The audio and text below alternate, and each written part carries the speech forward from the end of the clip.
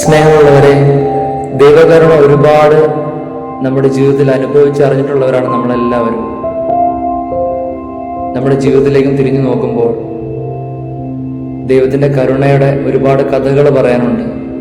എല്ലാം അവസാനിച്ചു എന്ന് നമ്മൾ കരുതിയ നിമിഷത്തിലൊക്കെ ദൈവകരുണ നമ്മുടെ ജീവിതത്തിലേക്ക് ഒഴുകി ഇറങ്ങിയിട്ടുണ്ട്. ഹൃദയം നുറുങ്ങി പാപാവസ്ഥകളാൽ നമ്മളെല്ലാവരും കുമ്പസാര കൂടിനെ സമീപിച്ച ഓരോ നിമിഷവും ദൈവം തൻ്റെ കരുണയാൽ നമ്മുടെ കണ്ണീരൊപ്പിയിട്ടുണ്ട്. നമുക്ക് ആ ദൈവത്തിൻ്റെ സ്നേഹത്തിന് നന്ദി പറയാം. ദൈവകരുണ എന്ന് പറയുന്നത് ചിലപ്പോൾ നമ്മൾ അനുഭവിക്കുന്നത് പല വ്യക്തികളിലൂടെ ആയിരിക്കാം. ചിലപ്പോൾ നേരിട്ട് കൂദാശകളിലൂടെയും നമ്മുടെ കൂട്ടുകാരിലൂടെയും ഒക്കെ ദൈവം നമ്മളോട് സംസാരിക്കുന്നുണ്ട്. ഒരുപാട് കാരുണ്യം ദൈവം നമ്മളോട് കാണിക്കുന്നുണ്ട്. ആ ദൈവകാരുണ്യത്തിനൊക്കെ നമ്മുടെ ജീവിതം ഒരു നന്ദിയായിട്ട് മാറാനുള്ള ഒരു വിളിയാണ് നമുക്ക് എല്ലാവർക്കും ഉള്ളത്. വിശുദ്ധ ഫൗസ്റ്റീനയുടെ ഡയറിയുടെ പേര് തന്നെ ഇങ്ങനെയാണ്: എൻ്റെ അന്തരാത്മാവിലേക്ക് ഒഴുകിയിറങ്ങിയ ദൈവകരുണ. അതേ ദൈവകരുണ നമുക്കെല്ലാവർക്കും കുറച്ച് പേഴ്സണലാണ്. നമ്മുടെ ജീവിതങ്ങളിലേക്ക് ദൈവകരുണ ഒരുപാട് തവണ ഒഴുകിയിറങ്ങിയിട്ടുണ്ട്. ആ നിമിഷങ്ങളൊക്കെ നമുക്ക് ഓർത്തെടുക്കാനാവണം ഈ നോമ്പുകാലത്തിൽ.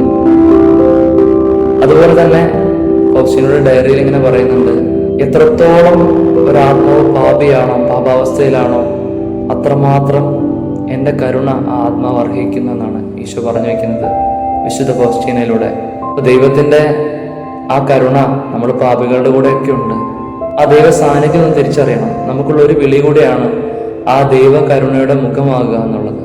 എപ്പോഴൊക്കെ നമ്മൾ നമ്മുടെ മാതാപിതാക്കളെ ഒന്ന് സ്നേഹിക്കുമ്പോൾ, അവരോടൊരു കരുണ കാണിക്കുമ്പോൾ, അവരോടൊന്ന് ക്ഷമിക്കുമ്പോൾ, നമ്മുടെ സഹോദരങ്ങളോടൊന്ന് ക്ഷമിക്കുമ്പോൾ, അല്ലെങ്കിൽ നമ്മുടെ കൂട്ടുകാരോട് സാരമില്ലടാ പോട്ടെ, അങ്ങനെയുള്ള നല്ല വാക്കുകളൊക്കെ നമ്മൾ പറയുമ്പോൾ അവർക്ക് മനസ്സിലാകും എൻ്റെ ആ സഹോദരനിലൂടെ, എൻ്റെ മകനിലൂടെ, എൻ്റെ കൂട്ടുകാരനിലൂടെ, എൻ്റെ ചേട്ടനിലൂടെ, എൻ്റെ ജീവിത പങ്കാളിയിലൂടെ എന്നെ സ്നേഹിക്കുന്ന ഒരു ദൈവമുണ്ട്, എന്നോട് കരുണ കാണിക്കുന്ന ഒരു ദൈവമുണ്ട്. നമുക്ക് പ്രാർത്ഥിക്കാം.